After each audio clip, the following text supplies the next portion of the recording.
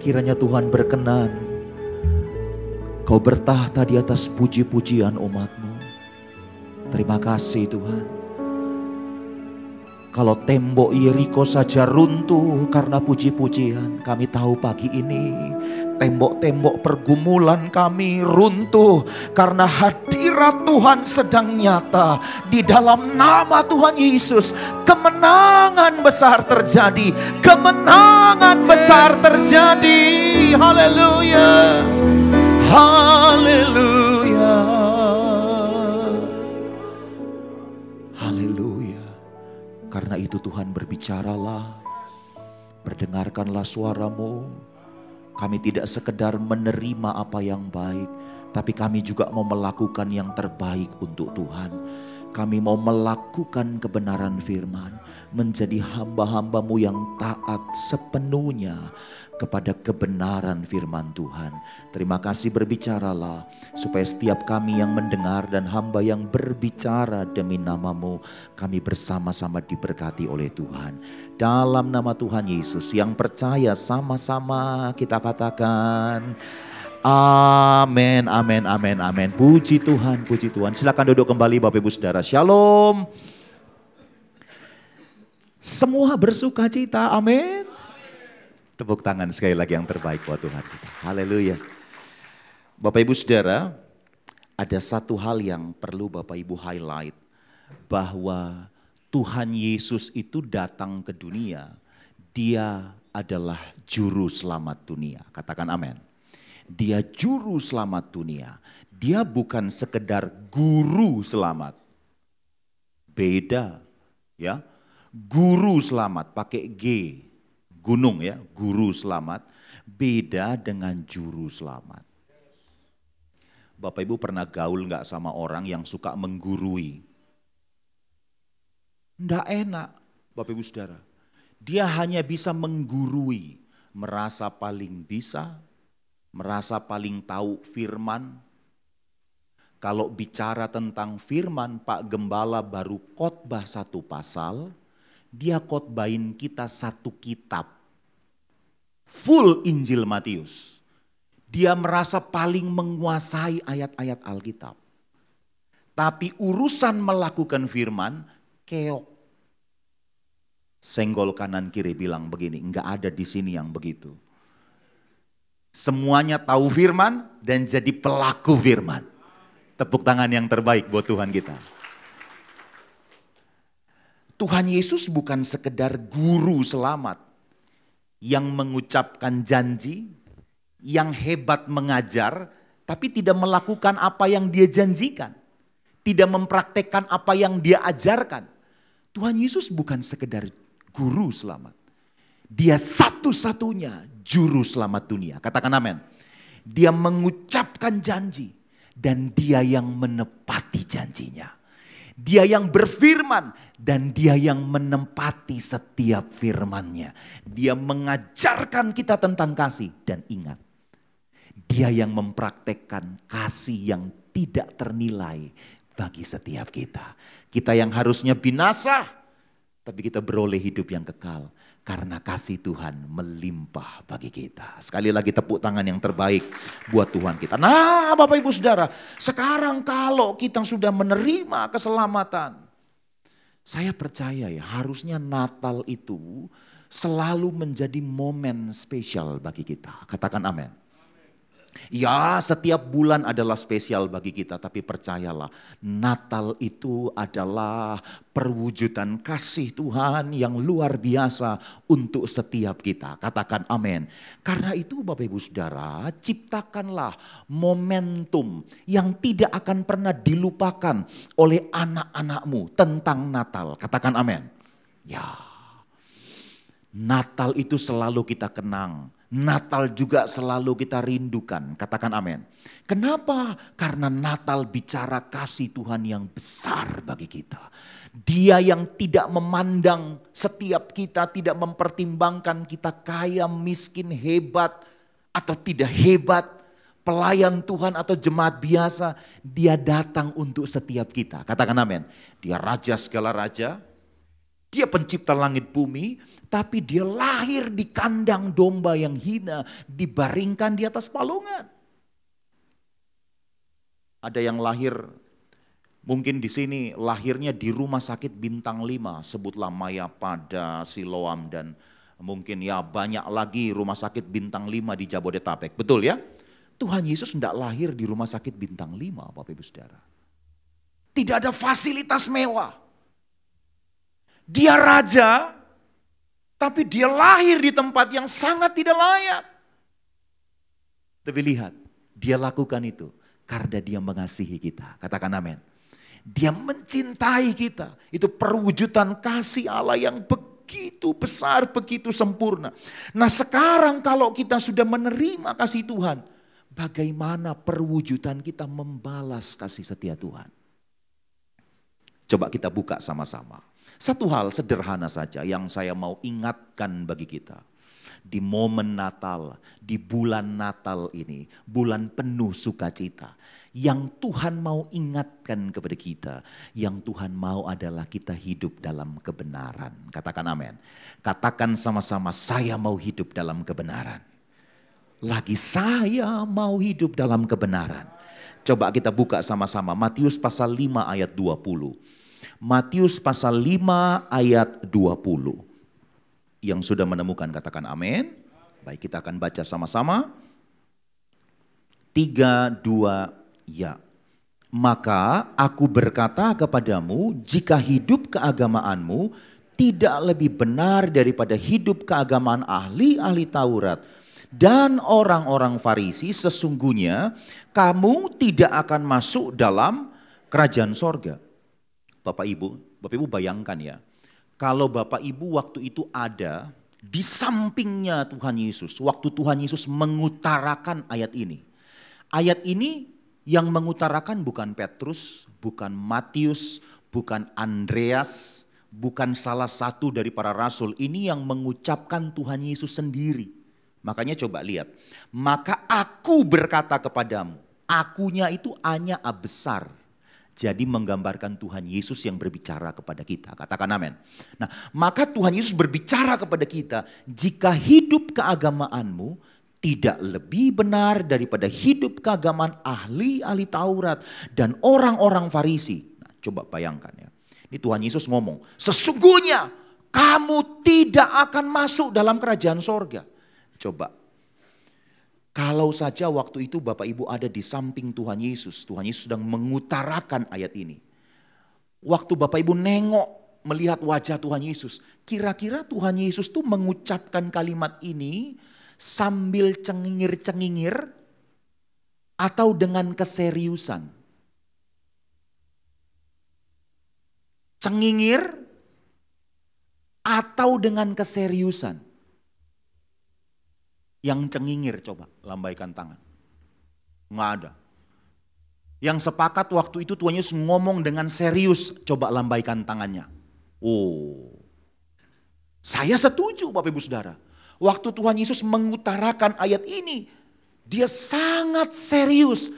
Anehnya Bapak Ibu Saudara, banyak orang Kristen ikut Tuhan tidak serius sama firman Tuhan. Hanya serius sama janji berkat, tapi tidak serius dengan apa yang menjadi isi hati Tuhan. Tuhan Yesus bilang kalau hidup keagamaanmu tidak lebih benar daripada hidup keagamaan ahli-ahli Taurat dan orang-orang Farisi, sesungguhnya kamu tidak akan masuk dalam kerajaan sorga. Bapak Ibu kaya, dihormati, punya achievement di atas rata-rata lebih dari orang lain, tapi tidak masuk sorga. Yang mau lambaikan tangannya. Biar saya doain, supaya bertobat maksudnya. Nggak ada yang mau. Apa gunanya kaya, dihormati, dipandang hebat oleh banyak orang. Punya semua yang bernilai tinggi menurut manusia, tapi kehilangan keselamatan. Tidak ada gunanya Bapak Ibu Saudara. Tidak ada gunanya. Yang kita mau hidup kita dipulihkan, kita diberkati, kita jadi berkat, masuk sorga. Oh, yang amin cuma 2 orang. Yang kita mau hidup kita mengalami kasih karunia Tuhan, dipulihkan, diberkati, jadi berkat, berkenan kepada Tuhan, mengasihi Tuhan, melayani Tuhan, hidup dalam keselamatan. Katakan amin. Nah, tapi sayang ya, ini Tuhan Yesus lagi ngomong serius sekali. Tapi jujur saja, ayat ini tidak terlalu populer Bapak Ibu Saudara. Zaman dulu, rumah saya di Sulawesi Tenggara, saya ingat ya 20-25 tahun yang lalu di rumah saya itu ada perhiasan dinding yang ditaruh di dinding ruang tamu Bapak Ibu Saudara, terbuat dari keramik. Ada yang bentuknya apel, ya, ada yang bentuknya bentuk-bentuk yang lain, dan di dalam keramik itu ada ayat-ayat firman ditempel di dinding ruang tamu. Ada enggak juga yang rumah-rumah Bapak Ibu dulunya seperti itu? Sepertinya kalau sekarang sih agak jarang ya. Dan tahu enggak Bapak Ibu Saudara, perhiasan dinding yang 25 tahun lalu mama saya tempel di dinding itu sampai hari ini masih ada. Jadi usianya sudah purna. Nah, tapi perhiasan-perhiasan di ruang tamu itu yang ditempel di dinding ruang tamu, biasanya sih Bapak Ibu Saudara ayat-ayatnya adalah tentang berkat. Betul enggak? Tentang pemulihan, tentang janji Tuhan. Saya mau tanya, ada enggak ayat ini ditempel di dinding ruang tamu? Ada yang pernah lihat? Rasanya sih jarang Bapak Ibu Saudara. Padahal ayat ini serius sekali. Tuhan Yesus bilang, apa gunanya kau peroleh semua yang terbaik, tapi tidak masuk surga? Kalau hidup keagamaanmu tidak lebih benar dari ahli Taurat orang Farisi. Siapa sih ahli Taurat orang Farisi? Mereka melayani Tuhan. Mereka ada di rumah Tuhan melayani Tuhan. Mereka tahu firman, mereka pemberita firman. Orang Farisi ahli Taurat itu sejak usia dini, mereka mendedikasikan hidup mereka untuk belajar Taurat. Taurat bukan cuma 10 hukum Taurat Bapak Ibu Saudara. Penjabaran dari hukum Taurat itu puluhan ribu. Yang tertulis dan yang tidak tertulis yang disebut dengan tradisi Yahudi. Itu puluhan ribu banyaknya. Orang Farisi ahli Taurat sejak usia dini. Mereka bukan sekedar baca. Mereka hafal semua itu. Mereka menguasai tentang Taurat. Tapi satu ketika ingat gak Tuhan Yesus tegur orang Farisi. Orang Farisi ini seperti kubur yang dilabur putih. Di luarnya indah karena dilabur putih. Tapi di dalamnya tulang belulang. Bicara apa? Kemunafikan. Makanya Tuhan Yesus bilang kalau tidak lebih benar dari ahli Taurat orang Farisi yang hanya tahu firman, hanya bisa memberitakan firman, jago kalau ngomong ayat-ayat firman, tapi tidak melakukan firman. Tuhan Yesus bilang, kau tidak akan masuk dalam kerajaan Allah. Highlight kata benar di situ. Kalau tidak lebih benar. Tidak lebih benar dari ahli Taurat yang tahu firman, menguasai firman, mengajar, berkhotbah, melayani, tapi tidak hidup takut Tuhan, tidak hidup dalam kebenaran firman. Tuhan Yesus bilang tidak layak masuk surga. Duh, pagi-pagi dengar khotbah begini agak kenceng ya. Tapi percayalah, kalau Tuhan Yesus ngomong serius, artinya itu penting sekali bagi kita. Itu penting sekali bagi kita. Tuhan Yesus bilang hidup benar. Lebih benar dari ahli Taurat orang Farisi. Kata benar di situ ditulis dengan kata dikaiosune. Apa itu dikaiosune? Dikaiosune itu begini Bapak Ibu Saudara. Benar bukan menurut pengkhotbah A, bukan juga menurut pengkhotbah B. Bapak Ibu pernah dengar di YouTube, di podcast, pernah lihat di sosmed nggak? Pendeta A mengklaim dirinya paling benar, lebih benar dari pendeta B. Pendeta B juga bikin konten tandingan, diupload di YouTube, ngomong bahwa tafsiranku, pendapatku teologiku lebih benar dari dia. Jadi pengkhotbah A, pengkhotbah B berantem di YouTube. Yang kasihan jemaat.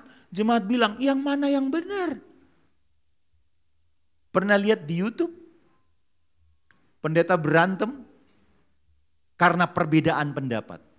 Nah, kata benar di sini bukan benar menurut penafsir A, bukan benar menurut penafsir B, bukan benar menurut pengkhotbah A, benar menurut pengkhotbah B. Kata benar di sini di kayu sunai itu menunjuk pada begini. Firman Tuhan adalah dasar kebenaran kehidupan kita. Katakan amin. Tidak ada yang lain. Firman Tuhan itu dasar kebenaran pelayananmu, pelayananku, dasar kebenaran untuk keluargamu, keluargaku, katakan amin. Firman Tuhan dasar dari segalanya. Artinya kalau kita taat firman, kita layak masuk surga. Yang sepakat bilang amin. Makanya begini Bapak Ibu Saudara, Tuhan Yesus pernah tegur satu kota yang sering sekali disebut di Alkitab, khususnya di 4 kitab Injil, Matius, Markus, Lukas, Yohanes. Berulang-ulang disebut. Tuhan Yesus menegur dengan keras sekali. Kenapa begitu? Karena mereka ikut Tuhan, mau berkat, tapi tidak mau hidup dalam pertobatan. Mereka ikut Tuhan hanya untuk kesembuhan. Sudah sembuh, lupa Tuhan, tidak mau hidup dalam kebenaran, tidak mau hidup dalam pertobatan. Makanya saya bilang begini Bapak Ibu Saudara, mujizat terbesar yang Tuhan berikan kepada kita, bukan kelimpahan, bukan kesembuhan. Mujizat terbesar yang Tuhan berikan kepada kita sekali lagi, bukan kesembuhan, bukan kelimpahan. Walaupun kita percaya bahwa sampai detik ini Tuhan Yesus sanggup menyembuhkan yang sakit. Yang amin cuma 5. Manusia berkata tidak mungkin, tapi percayalah sampai detik ini Tuhan yang kita sembah di dalam Kristus Yesus itu terlalu sanggup untuk menyembuhkan yang sakit. Memberkati kita dalam kelimpahan. Diberkati itu menjadi saluran berkat bagi banyak jiwa-jiwa. Tapi mohon maaf Bapak Ibu Saudara, sedih sekali melihat banyak orang Kristen misinterpretasi terhadap firman. Mohon maaf, mujizat terbesar bukan kesembuhan, bukan juga kelimpahan. Walaupun perlu Bapak Ibu ketahui bahwa sampai hari ini Tuhan Yesus masih terlalu sanggup untuk memberkati kita, menyembuhkan kita. Mujizat terbesar yang Tuhan berikan kepada kita adalah ketika Tuhan Yesus mengizinkan kita mengalami perjumpaan pribadi dengan Tuhan. Katakan perjumpaan pribadi. Perjumpaan pribadi dengan Tuhan, dan perjumpaan pribadi dengan Tuhan itu mengubahkan hidup kita. Kita hidup di dalam kebenaran, kita hidup di dalam pertobatan. Kenapa saya bilang perjumpaan pribadi dengan Tuhan itu mujizat terbesar?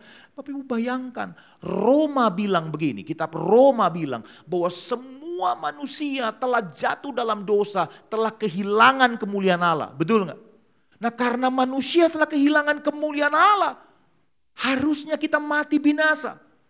Tapi Tuhan Yesus, Dia yang merencanakan.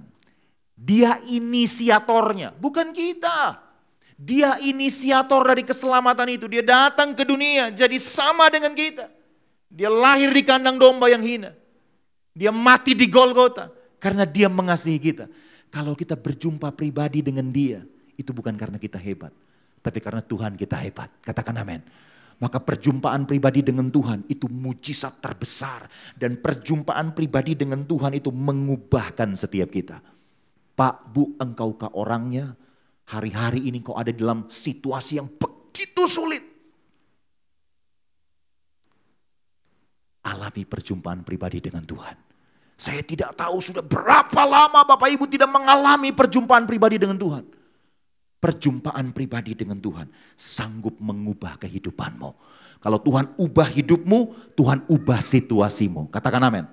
Mujizat terbesar bukan kesembuhan, bukan kelimpahan. Mujizat terbesar adalah ketika kita mengalami perjumpaan pribadi dengan Tuhan dan hidup kita dibaharui, kita hidup dalam pertobatan. Yang sepakat katakan amin. Katakan amin. Tepuk tangan yang terbaik buat Tuhan kita. Satu ketika Tuhan Yesus menegur keras kota Kapernaum. Pernah dengar Kapernaum Bapak Ibu Saudara? Ya, pasti semuanya pernah baca di Alkitab. Tuhan tegur dengan sangat keras, coba kita baca ya. Di dalam Injil Matius pasal 11 ayat 20 sampai 23. Matius 11 ayat 20 sampai 23. Ayo kita baca Bapak Ibu Saudaraku terkasih, kita baca sama-sama. Matius 11 ayat 20 sampai 23. Yang sudah menemukan katakan amin. Baik, kita baca 3-2 ya. Lalu Yesus mulai mengecam kota-kota yang tidak bertobat, sekalipun di situ ia paling banyak melakukan mujizat-mujizatnya. Celakalah engkau Korazim, celakalah engkau Betsaida, karena jika di Tirus dan di Sidon terjadi mujizat-mujizat yang telah terjadi di tengah-tengah kamu, sudah lama mereka bertobat dan berkabung. Ayat 22, tetapi aku berkata kepadamu, pada hari penghakiman tanggungan Tirus dan Sidon akan lebih ringan daripada tanggunganmu. Dan engkau Kapernaum, apakah engkau akan dinaikkan sampai ke langit? Tidak. Engkau akan diturunkan sampai ke dunia orang mati. Karena jika di Sodom terjadi mujizat-mujizat yang telah terjadi di tengah-tengah kamu, kota itu tentu masih berdiri sampai hari ini. Coba Bapak Ibu fokus kepada ayat 20. Firman berkata begini. Lalu Yesus mulai mengecam. Wah, ini berbeda dengan yang kita tahu. Yesus mengecam. Yang kita tahu Tuhan Yesus itu memberkati, betul nggak? Yang kita tahu Tuhan Yesus itu memulihkan. Yang kita tahu Tuhan Yesus itu memberikan janji yang menguatkan, memulihkan, membangkitkan semangat kita. Tapi di bagian ini Alkitab bilang, lalu Yesus mulai mengecam. Tahu nggak Bapak Ibu, dalam Alkitab berbahasa Greka, versi paling asli dari ayat ini, bahasa Yunani. Sebenarnya lembaga Alkitab Indonesia itu menerjemahkan, menafsirkan dengan sangat halus sekali. Menerjemahkan dengan halus sekali. Mengecam, padahal dalam Alkitab berbahasa Greka, bahasa Yunani, kata mengecam di sini lebih tepat diterjemahkan dengan mengutuk. Lalu Yesus mulai mengutuk. Ingat baik-baik Bapak Ibu Saudara, Tuhan Yesus tidak sembarangan mengutuk, katakan amin. Kalau manusia bersih tegang di lampu merah depan Harapan Indah itu kalau jam 4 sore bagaimana itu Pak? Tadi saya dari Puri Indah Jakarta Barat sih cuma 40 menit ke sini. Tapi saya yakin kalau hari kerja jam 4 sore saya bisa bayangkan tuh luar biasa, betul nggak? Kalau ada motor atau mobil saling nyalip, wah itu. Ada nggak di sini pelakunya? Dia buka pintu. Kuucapkan kutuk atasmu. Loh, anak Tuhan kok mengutuk? Nah, kalau dari wajahnya di sini begitu diserempet, seret, dia buka kaca. Nggak begini lagi dong, begini ya. Bertobatlah kerajaan sorga sudah dekat. Manusia itu seringkali mengutuk. Tapi bagian ini, yang mengutuk itu Tuhan Yesus. Tuhan Yesus mengutuk. Tuhan Yesus tidak sembarangan mengutuk, ada penyebabnya. Ada dasar kuat kenapa Tuhan Yesus mengutuk. Makanya ikut Tuhan, Bapak Ibu Saudara harus serius, katakan amin. Jangan main-main, ikut Tuhan tidak sekedar bicara yang berdosa diselamatkan, yang belum diberkati dan jadi berkat. Tapi ikut Tuhan juga bicara hidup di dalam kebenaran, katakan amin. Hidup dalam pertobatan. Tuhan Yesus tidak sembarangan mengutuk. Tuhan Yesus mengutuk karena apa? Coba baca kalimat selanjutnya. Lalu Yesus mulai mengecam, mulai mengutuk kota-kota yang tidak bertobat. Jadi ini penyebab kenapa Tuhan Yesus akhirnya mengucapkan kutuk kepada Kapernaum. Baca selanjutnya. Sekalipun Di situ Tuhan Yesus maksudnya paling banyak melakukan mujizatnya. Tapi mohon maaf Bapak Ibu Saudara, Kapernaum hanya suka dengan mujizat, tidak suka dengan pertobatan. Kapernaum hanya suka dengan berkat, tapi tidak suka dengan sang pemberi berkat. Kapernaum hanya mengejar mujizat, tapi tidak mengejar sang pemberi mujizat. Makanya Tuhan Yesus bilang begini, Kapernaum munafik. Maka Tuhan Yesus mengucapkan kutuk kepada Kapernaum. Walaupun di Kapernaum Tuhan Yesus paling banyak melakukan mujizat. Apa ucapan yang Tuhan Yesus utarakan kepada Kapernaum? Baca ayat 23. Ayat 23 tadi. Dan engkau Kapernaum, apakah engkau akan dinaikkan sampai ke langit? Tidak. Tidak. Engkau akan diturunkan sampai ke dunia orang mati. Tahu nggak Bapak Ibu Saudara? Perkataan ini diutarakan oleh Yesus. Semua yang Tuhan Yesus firmankan pasti akan digenapi. Katakan amin. Cuman kita bertanya, kok Tuhan Yesus mengutuk Kapernaum? Apakah engkau akan dinaikkan sampai ke langit? Hai Kapernaum, tidak. Kau akan diturunkan sampai ke dunia orang mati. Padahal di Kapernaum banyak mujizat yang terjadi. Saya coba refresh ingatan kita ya, betapa banyaknya mujizat yang mereka alami, yang Tuhan Yesus lakukan di Kapernaum. Masih ingat nggak Bapak Ibu Saudara, satu ketika Tuhan Yesus melakukan mujizat yang luar biasa. Tuhan Yesus menyembuhkan hamba seorang perwira Kapernaum. Itu di Kapernaum. Mujizat pertama tuh. Mujizat kedua masih ingat nggak? Tuhan Yesus pernah menyembuhkan ibu mertuanya Petrus. Ibu mertua Petrus itu tinggal di Kapernaum. Ibu mertuanya Petrus hampir saja meninggal. Gen Z bilang meninggoy. Saya waktu dengar begitu, apa itu meninggoy? Meninggal. Oh, emang Gen Z luar biasa ya. Hampir saja meninggal karena sakit demam. Bayangkan Bapak Ibu, zaman dulu demam bisa bikin meninggoy. Zaman dulu belum ada paracetamol, belum ada panadol. Sakit demam bisa meninggal. Tapi puji Tuhan, Tuhan Yesus sembuhkan ibu mertuanya Petrus. Bapak Ibu nanti kalau dapat berkat, kalau ke Israel, pasti tidak mungkin tidak. Mau pakai tour and travel apapun pasti akan dibawa untuk foto-foto di reruntuhan rumahnya ibu mertua Petrus yang ada di Kapernaum. Foto-foto. Pasti itu, enggak mungkin tidak. Semua tour and travel pasti foto-foto di situ. Dua mujizat. Nyaris meninggal, Tuhan Yesus sembuhkan. Mujizat yang lain masih ingat enggak? Satu ketika Tuhan Yesus sembuhkan seorang yang lumpuh. Tapi karena teman-temannya care sama dia, temannya ini digotong. Mau dibawa kepada Tuhan Yesus supaya Tuhan Yesus sembuhkan temannya ini.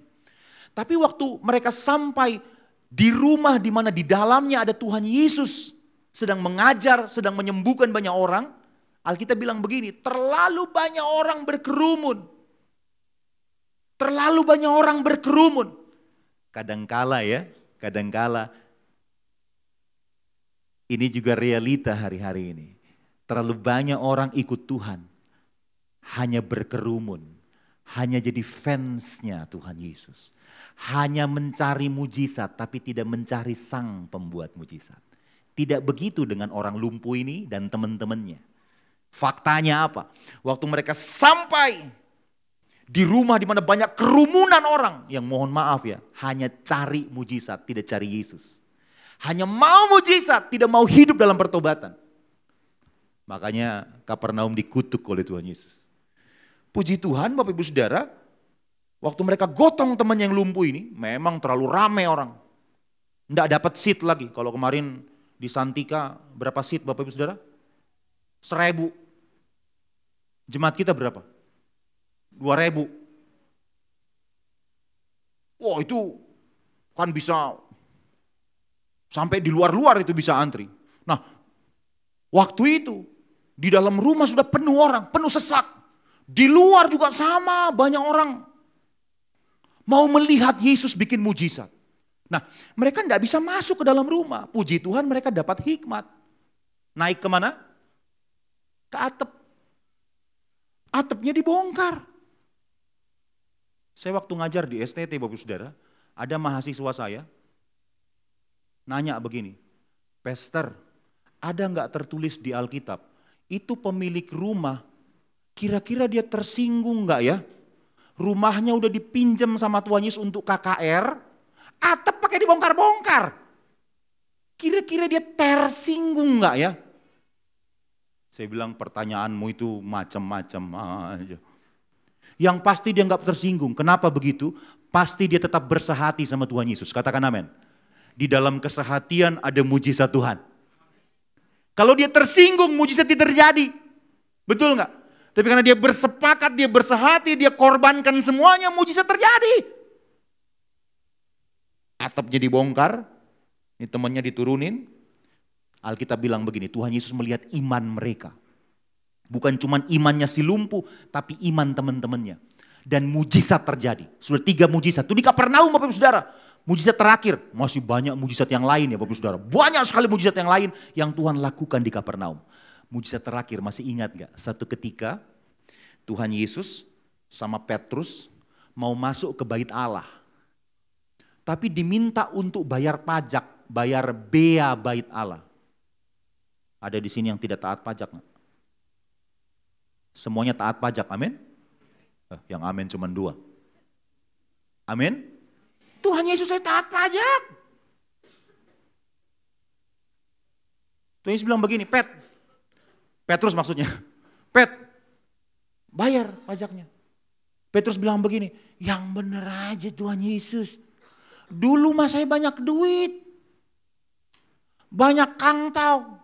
Dulu jadi nelayan profesional banyak duit. Sekarang saya dedikasikan hidup saya untuk mengikut Tuhan. Nggak punya duit. Tuhan Yesus bilang begini, tenang Pet, ini bahasa saya ya. Tenang Pet. Itu danau Galilea. Karena Kapernaum itu di pinggir danau Bapak Saudara. Di pinggir danau Galilea. Mancing Pet. Ikan pertama yang kau tangkap, buka mulutnya. Di dalam mulutnya ada apa? Ada koin. Bayar pajak untukmu dan untukku juga. Puji Tuhan, Petrus itu Bapak Saudara, dia kan nelayan hebat ya. Makanya mujizat itu terjadi kalau kita percaya. Petrus orang hebat. Dia orang yang puluhan tahun tahu tentang danau Galilea. Puluhan tahun tahu tentang cara menangkap ikan. Dan kalau dia tangkap ikan, enggak pernah ada sejarahnya dia buka mulutnya, ada duit di situ. Enggak masuk akal. Tapi dia belajar percaya kepada Tuhan Yesus, katakan amin. Dia taat saja, Dia ambil pancing, mancing. Set, dapat ikan, ada yang nanya, ikan apa itu Pastor? Aduh, pokoknya kalau nggak mujair, yang ke Israel betul nggak makan mujair kan? Mujair gede, padahal di Indonesia banyak mujair Pak. Mujair kita lebih keren. Ya kalau nggak mujair nila lah ya, atau gurame. Alkitab sih nggak bilang ikan apa. Dasar memang mahasiswa di ST itu suka bertanya. Pertanyaannya macam-macam. Saya bilang yang pasti ikannya enak lah pokoknya. Karena kalau kita ke Israel di pinggir danau Galilea itu, kita makan ikan Petrus. Saya pikir ikan Petrus apaan? Mujair Pak. Cuman pakai sambal colo-colo orang Manado bilang, ini mah di kampung saya juga banyak. Dapat ikan, dia buka mulutnya, ada uang dirham, koin dirham. Bayar pajak untuk Petrus, untuk Tuhan Yesus. Itu bisa terjadi di Kapernaum karena Petrus percaya. Pak, habis ibadah kita mancing di mana Pak? Siapa tahu kan Pak? Pak, sampai ayam tumbuh gigi. Bapak Ibu mau mancing dari subuh sampai ketemu subuh lagi. Nggak akan ada koin dalam mulut ikan. Itu bisa terjadi karena mujizat, karena Petrus taat kepada Tuhan Yesus. Karena Petrus percaya, katakan amin. Banyak mujizat dilakukan di Kapernaum. Tapi coba lihat, kenapa Kapernaum akhirnya dikutuk oleh Tuhan Yesus? Kapernaum apakah kau akan dinaikkan sampai ke langit? Tidak. Kau akan diturunkan sampai ke dunia orang mati. Tahu nggak Bapak Ibu Saudara? Sampai hari ini, Bapak Ibu kalau ke Kapernaum, Kapernaum itu kondisinya beda dengan dulu. Tuhan Yesus bilang, apakah engkau akan dinaikkan sampai ke langit? Tidak, kau akan diturunkan sampai ke dunia orang mati. Hari ini, Kapernaum itu seperti kota mati. Bandingkan dengan kota-kota yang lain yang disebut di Alkitab. Berulang-ulang disebut di Alkitab. Nazaret. Bapak Ibu yang pernah ke Nazaret pasti tahu. Nazaret itu indah banget. Indah banget. Miniaturnya Eropa itu Nazaret Bapak Ibu Saudara.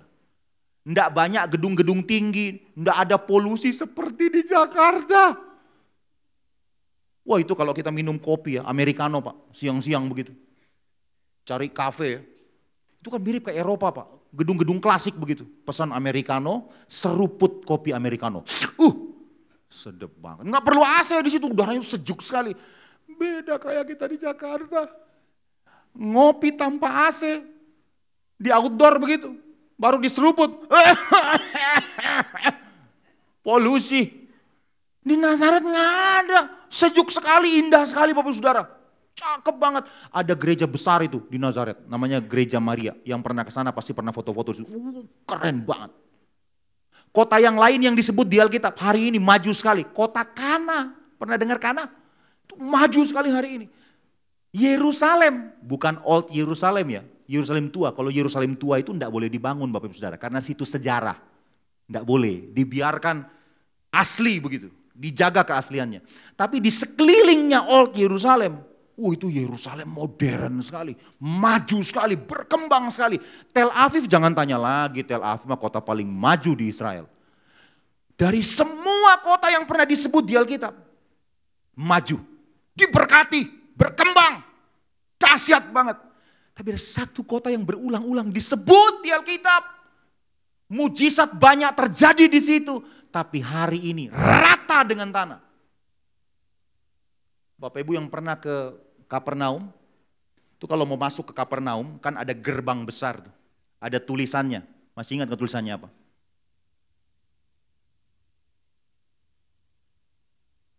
Tulisannya apa? Hadirilah ibadah. Nah, bukan. Tulisan gede. The Town of Jesus, kotanya Yesus. Tulisannya gede sekali. The Town of Jesus, kotanya Yesus. Kenapa? Karena di situ memang Tuhan Yesus bikin mujizat paling banyak. Ibu-ibu Indonesia Pak, kalau mau ke Kapernaum, padahal saya udah ngomong tuh. Malam sebelumnya ya saya ngomong, besok pagi kita akan ke Kapernaum Bapak Ibu. Ibu-ibu khususnya, tolong ya, jangan pakai gaun. Karena kalau pakai gaun Kapernaum itu pinggir danau. Anginnya kenceng. Besok pagi kita sarapan di hotel Bapak Ibu Saudara. Saya lihat satu-satu turun begitu. Wih, pakai gaun. Bu, ngapain pakai gaun? Enggak apa-apalah Abuna. Yang penting foto-foto. Yang penting fotonya cakep. Aduh. Biasanya saya sampaikan renungan singkat Bapak Ibu Saudara. Di gerbang Kapernaum. Baru 5 menit Pak renungan. Ibu-ibu udah begini. Abuna jangan lama-lama lah. Kita mau foto-foto. Jadi tugas saya di sana 2 Pak, sebagai pemberita firman dan sebagai tukang foto. Hanya emak-emak Indonesia yang begitu. Kalau orang Eropa mah lain Pak, orang Eropa itu dia foto-foto, cuman pakai sketcher, cuman pakai ya baju sederhana. Mereka abadikan tuh, dia foto-foto kota Kapernaum yang sudah runtuh itu. Kalau emak-emak Indonesia beda. Abuna fotoin dong. Di gerbangnya tulisannya The Town of Jesus.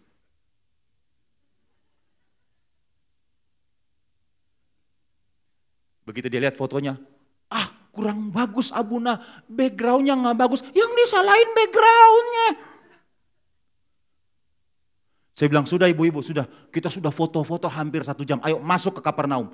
Begitu buka gerbang Kapernaum Bapak Ibu Saudara. Itu sejauh mata memandang dari kiri ke depan, depan ke kanan, kanan ke depan, depan ke kiri, jangan ke belakang, kalau ke belakang keluar lagi. Kan gerbang. Sejauh mata memandang Pak. Hanya satu yang Bapak Ibu akan lihat. Puing. Hari ini tidak ada orang tinggal di Kapernaum. Tidak ada. Kapernaum itu kota yang dulu hebat, kota yang banyak mengalami mujizat. Tapi hari ini kota Kapernaum itu jadi kota mati. Digenapi enggak firman Tuhan tadi? Kau akan diturunkan sampai ke dunia orang mati. Hari ini Kapernaum jadi kota mati. Pak Ibu, ikut Tuhan harus ikut Tuhan di dalam pertobatan. Katakan amin. Tidak sekedar mengejar mujizat, tapi kejar sang pembuat mujizat. Kalau tidak hidupmu seperti Kapernaum. Dulu hebat, orang lain bilang dulu Bapak itu kalau mimpin pujian di ibadah kaum pria, wih bulu kuduk merinding. Dulu, hari ini tidak tahu kemana, sudah terhilang. Dengar-dengar sih sudah tidak percaya Tuhan Yesus, sudah ikut gereja yang percaya bahwa Yesus bukan Tuhan. Cuma bukan gereja. Kalau gereja pasti percaya Tuhan Yesus adalah Tuhan, katakan amin. Yesus adalah juru selamat. Ibu itu dulu kalau pelayanan luar biasa, hari ini sudah tinggalkan Tuhan. Ikut Tuhan dulu setia, hari ini semakin setia. Ikut Tuhan dulu on fire, hari ini semakin on fire. Jangan seperti Kapernaum. Dulu on fire, hari ini rata dengan tanah. Kalau dulu engkau bukan siapa-siapa, hari ini pastikan hidupmu dipulihkan oleh Tuhan, mengalami perjumpaan dengan Tuhan, hidup dalam pertobatan, engkau diberkati berlimpah-limpah dan hidupmu jadi berkat bagi banyak orang. Amin tuh firman Tuhan, kita bangkit berdiri sama-sama. Haleluya. Haleluya.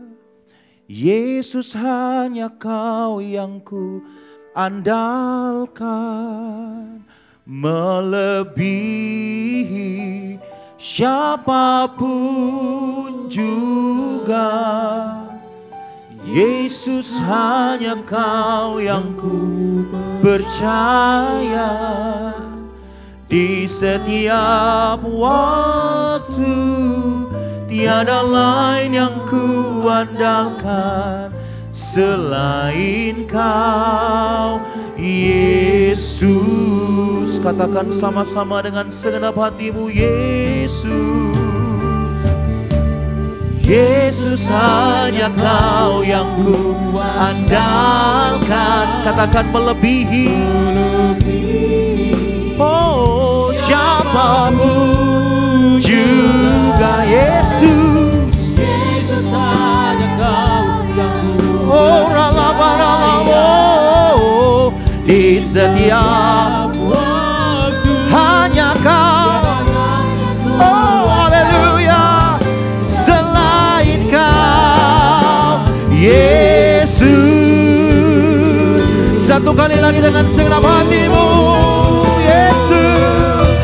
Yesus hanya Kau yang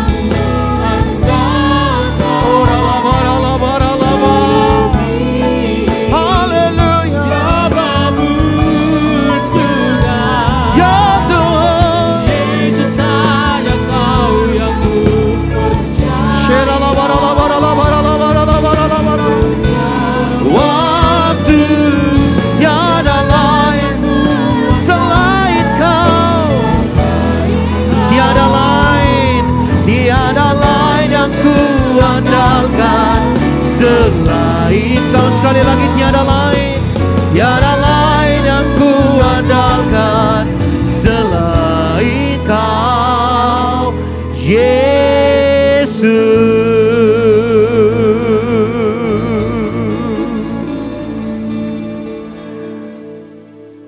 Kami tidak mau seperti Kapernaum yang dulu cari Tuhan hanya untuk mujizat, tapi hari ini menjadi kota yang mati. Kami mau kehidupan kami. Kalau dulu kami cinta Tuhan, hari ini kami semakin cinta Tuhan. Kalau dulu kami melayani Tuhan, hari ini kami semakin giat. Kami semakin tulus untuk melayani Tuhan. Kami semakin on fire untuk ikut Tuhan, berkorban untuk Tuhan. Berkati umat-Mu Tuhan. Tuhan terlalu sanggup untuk menyembuhkan yang sakit, memulihkan setiap umat-Mu, membangkitkan bangkitkan setiap umat-Mu dalam nama Tuhan Yesus, dalam nama Yesus. Terima pemulihan, terima kesembuhan, terima mujizat Tuhan di dalam nama Yesus, di dalam nama Yesus. Oh ralabaralaba ya syanda. Dan Tuhan, kalau kami sudah ditolong oleh Tuhan, kami sudah dibaharui oleh Tuhan, kami terima mujizat Tuhan, kami mau lebih lagi hidup di dalam pertobatan, hidup di dalam takut akan Tuhan, mengasihi Tuhan. Terima kasih Tuhan, kami percaya gereja-Mu, umat-Mu di tempat ini semakin hari semakin mencintai Tuhan. Terima kasih, berkati mereka dengan berkat-berkat yang terbaik. Mereka diberkati dan menjadi berkat supaya nama Tuhan ditinggikan, diagungkan dalam kehidupan mereka. Terima kasih, segala hormat kemuliaan kami persembahkan hanya kepada-Mu Tuhan Yesus, Juru Selamat bagi setiap kami. Dalam nama Yesus, yang percaya sama-sama katakan amin. Amin. Amin. Sekarang terimalah berkat Tuhan, kasih karunia berlimpah-limpah daripada Allah Bapa dalam Anak yang tunggal Yesus Kristus. Persekutuan yang manis dengan Roh Kudus menyertai kita semua mulai hari ini sampai Tuhan Yesus datang menjemput kita di awan-awan, dan bahkan sampai selama-lamanya. Yang percaya bersama-sama katakan amin. Bersyukurlah kepada Tuhan, sebab Dia baik, sebab Dia baik.